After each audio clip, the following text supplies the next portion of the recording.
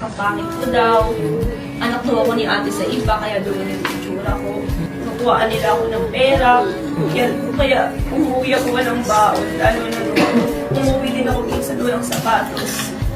Kasi tinatago nila yung sapatos ko, tapos hindi ako makapagsumbong kila ate kasi tinatakot nila ako. Dati talaga, takot ako magpakita ng mukha kasi nga dahil sa nose ko.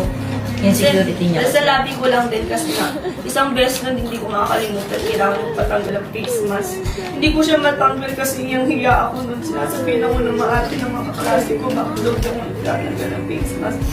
Nag-try ako magtanggal ng face mask doon.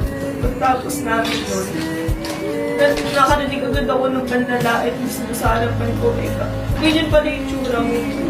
Kaya talaga, 3 taon ako hindi nagtatanggal ng face mask kasi nahiya ako sa itsura ko. Wala akong confidence. Ay, pamilya!